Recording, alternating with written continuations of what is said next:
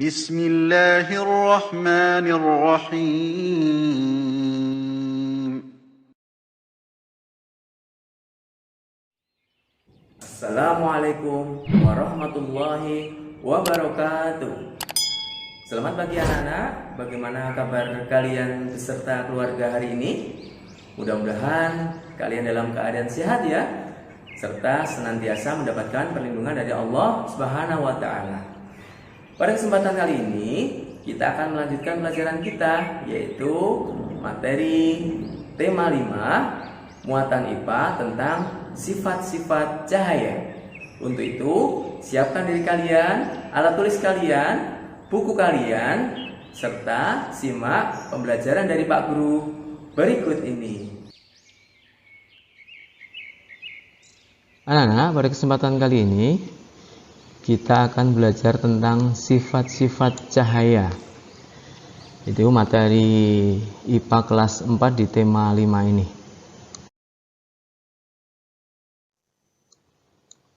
Untuk kompetensi dasarnya yaitu 3.7 menerapkan sifat-sifat cahaya dalam keterkaitan dengan indera penglihatan.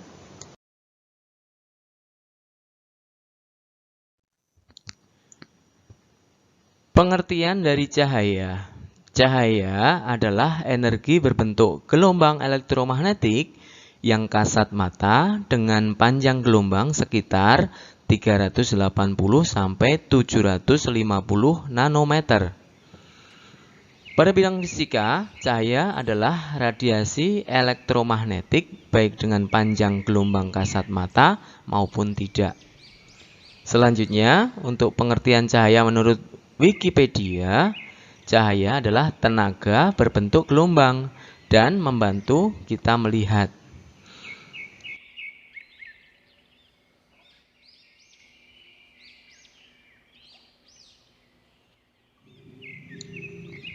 Untuk selanjutnya yaitu sifat-sifat cahaya.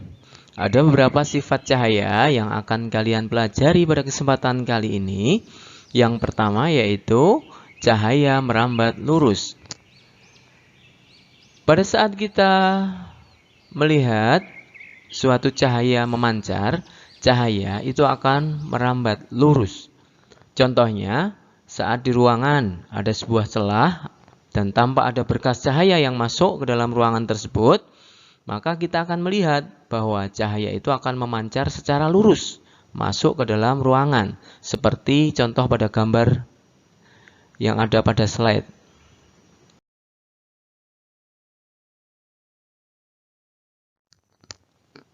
Untuk membuktikan bahwa cahaya itu merambat lurus, kalian juga dapat membuktikan dengan melakukan percobaan, yaitu dengan alat-alat sebagai berikut. Yang pertama ada lilin, nyala lilin, kemudian yang kedua 3 karton yang sudah disusun sedemikian rupa dan di tengahnya ada lubang.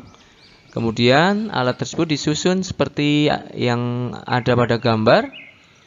Dari nyala lilin akan merambat lurus melalui lubang yang ada pada kertas karton yang akhirnya sampai pada mata kita.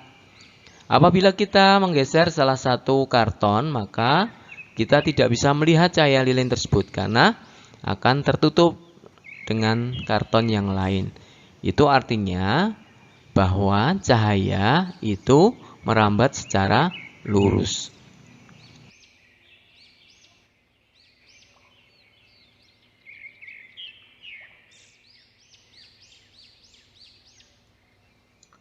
Untuk selanjutnya, sifat cahaya yang kedua yaitu cahaya menembus benda bening. Berdasarkan tembus tidaknya cahaya, benda itu akan dibedakan menjadi 3, yaitu yang pertama benda bening, yaitu benda-benda yang dapat ditembus oleh cahaya. Contohnya yaitu kaca, air jernih, dan lain sebagainya. Benda-benda tadi bisa ditembus oleh cahaya. Kemudian yang kedua yaitu benda gelap, yaitu benda yang sama sekali tidak dapat ditembus oleh cahaya. Contohnya yaitu tembok, batu, kayu, dan lain sebagainya. Kemudian yang ketiga yaitu benda tembus cahaya, yaitu benda yang dapat meneruskan sebagian cahaya yang mengenainya. Contoh bendanya yaitu plastik, kaca, kertas minyak, dan lain sebagainya.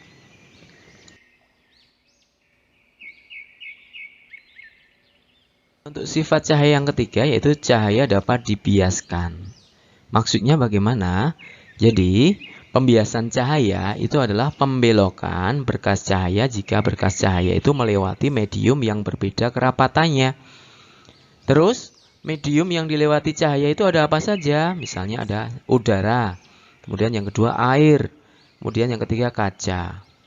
Jadi dari ketiga medium yang dilewati oleh cahaya itu masing-masing mempunyai kerapatan yang berbeda. Udara itu lebih renggang daripada air. Air itu lebih renggang daripada kaca. Jadi perbedaan kerapatan dari medium itu sangat berpengaruh dan akan menjadikan ketika cahaya merambat melalui medium tersebut, kalau berbeda kerapatannya dilewati, itu akan mengalami pembiasan cahaya. Apabila cahaya misalnya merambat dari zat yang lebih rapat ke zat yang kurang rapat, itu cahaya akan dibiaskan menjauhi garis normal. Medium yang zatnya lebih rapat itu misalnya dari air ke zat yang kurang rapat, misalnya udara, itu akan dibiaskan menjauhi garis normal. Nanti ada gambar ya, setelah ini ada gambarnya. Sebaliknya, apabila cahaya itu merambat dari zat atau medium yang kurang rapat ke zat yang lebih rapat, maka cahaya itu akan dibiaskan mendekati garis normal. Contohnya, misalnya cahaya melewati medium udara, kemudian ke air. Nah, itu akan dibiaskan mendekati garis normal. Makanya kenapa ketika sebuah pensil dimasukkan ke dalam air jernih seperti ada yang tertera pada gambar, itu pensil akan kelihatan patah atau bengkok. Itu terjadi karena adanya pembiasan cahaya gitu.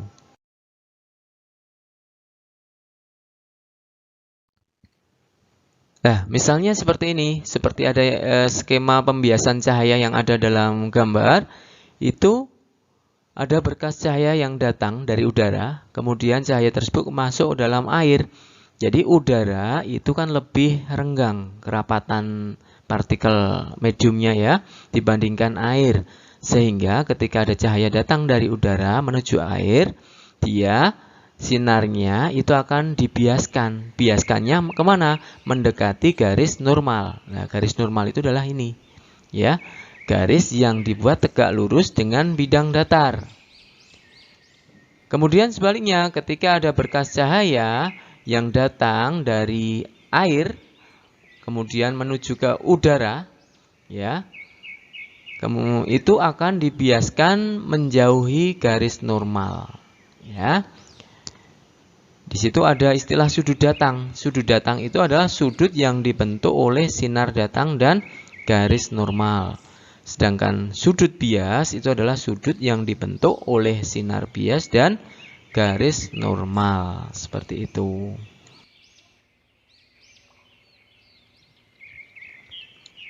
Selanjutnya sifat cahaya yang keempat yaitu cahaya dapat dipantulkan. Nah, pemantulan atau pencerminan itu adalah proses terpancarnya kembali cahaya dari permukaan benda yang terkena cahaya. Cahaya itu dapat dipantulkan melalui benda yang datar, misalnya cermin datar.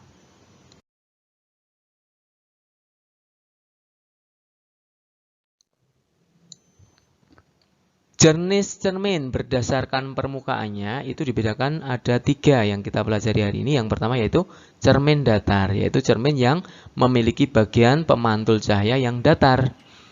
Misalnya cermin yang biasa kita gunakan untuk berkaca, ya, untuk bercermin, seperti yang ada pada gambar. Kemudian yang kedua ada juga cermin cekung, yaitu cermin yang memiliki bagian pemantul cahaya yang berupa cekungan.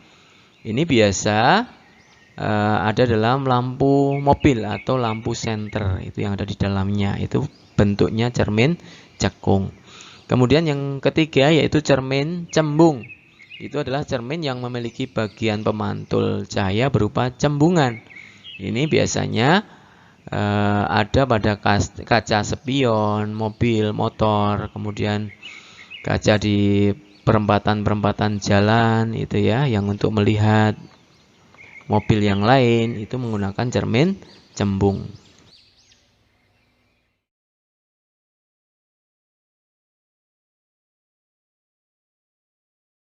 Setelah kita mengetahui macam-macam cermin, kita juga harus mengetahui bayangan yang ada pada cermin. Yang pertama, cermin datar. Itu sifat bayangannya yaitu semu tegak, jarak bayangan sama dengan jarak benda. Besar bayangan sama dengan besar benda. Itu untuk sifat bayangan pada cermin datar. Kemudian untuk sifat bayangan cermin cekung, yaitu jika letak benda dekat dengan cermin, maka bayangan yang terbentuk semu, lebih besar dan tegak.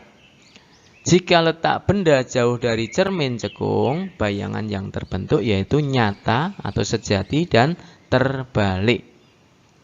Kemudian sifat yang ketiga, cermin cembung yaitu semu, lebih kecil dan tegak. Jadi di situ tadi ada bayangan nyata. Itu apa? Yaitu bayangan yang terjadi di luar cermin tetapi dapat ditangkap oleh layar. Itu namanya bayangan nyata. Sedangkan bayangan semu itu adalah bayangan yang dapat kita lihat dalam cermin tetapi tidak dapat ditangkap oleh layar. Jadi ketika kita ngaca atau bercermin, yang ada pada cermin itu adalah bayangan semu ya, seperti itu. Kita mempelajari tentang sifat bayangan cermin, kita juga belajar tentang jenis pemantulan. Nah, tadi ketika ada seberkas cahaya mengenai cermin akan dipantulkan. Nah, ini ada beberapa jenis pemantulan. Yang pertama yaitu pemantulan teratur. Apa itu pemantulan teratur?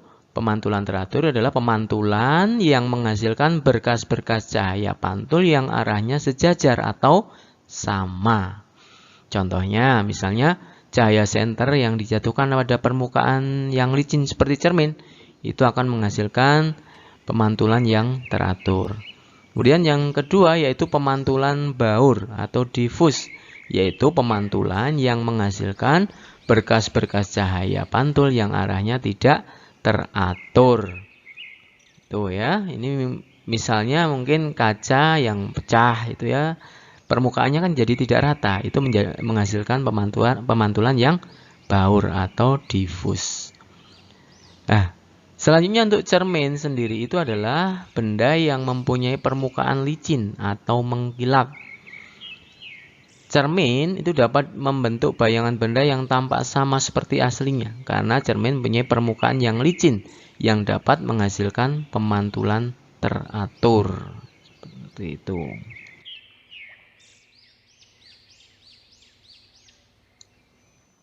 Selanjutnya kita juga belajar tentang pemantulan cahaya. Ada hukum pemantulan cahaya. Dikenal dengan hukum Snellius.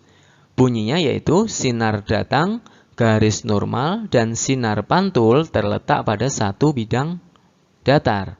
Besarnya sudut datang sama dengan besarnya sudut pantul. Itu adalah bunyi dari hukum Snellius.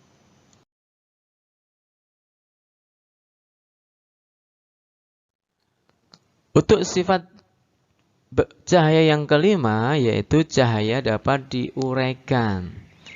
Mungkin selama ini kalian pernah melihat pelangi di langit yang indah? Ya. Pelangi itu sebetulnya terjadi karena peristiwa penguraian cahaya atau dispersi. Dispersi itu merupakan penguraian cahaya putih menjadi berbagai cahaya berwarna. Jadi cahaya matahari yang kita lihat itu biasanya berwarna putih, itu sebetulnya itu tersusun atas banyak cahaya berwarna. Cahaya matahari itu bisa diuraikan oleh titik-titik air di awan. ketika terkena sinar sehingga terbentuk warna-warna pelangi yang sangat indah, yaitu warna merah, jingga, kuning, hijau, biru, nila, dan ungu. Biasa kita singkat Magicu hibiniu.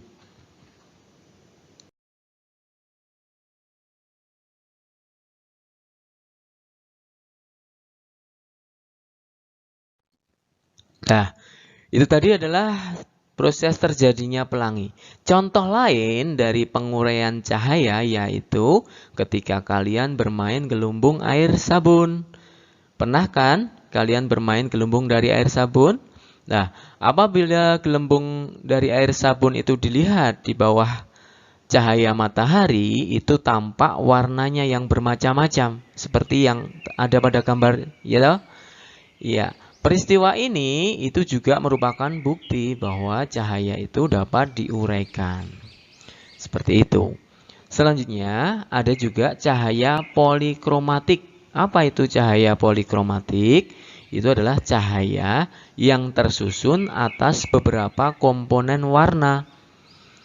Cahaya putih itu tersusun atas spektrum cahaya yang berwarna merah, jingga, kuning, hijau, biru, nila, dan ungu.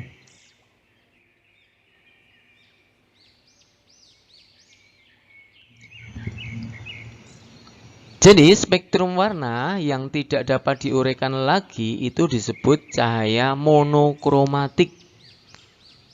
Jadi cahaya putih itu ternyata juga dapat diuraikan dengan menggunakan sebuah prisma kaca, anak-anak. Kalian bisa mempraktekkan ketika di rumah punya prisma kaca. Cahaya putih itu bisa diuraikan menjadi cahaya yang berwarna-warni seperti pelangi. Ya.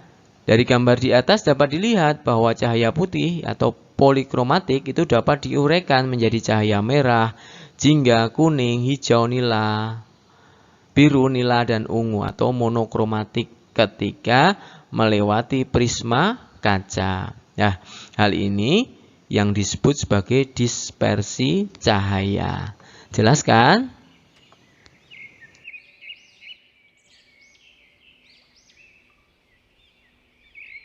Demikian tadi anak-anak materi pembelajaran IPA pada kesempatan pagi hari ini. Mudah-mudahan kalian bisa memahami apa yang Pak Guru sampaikan.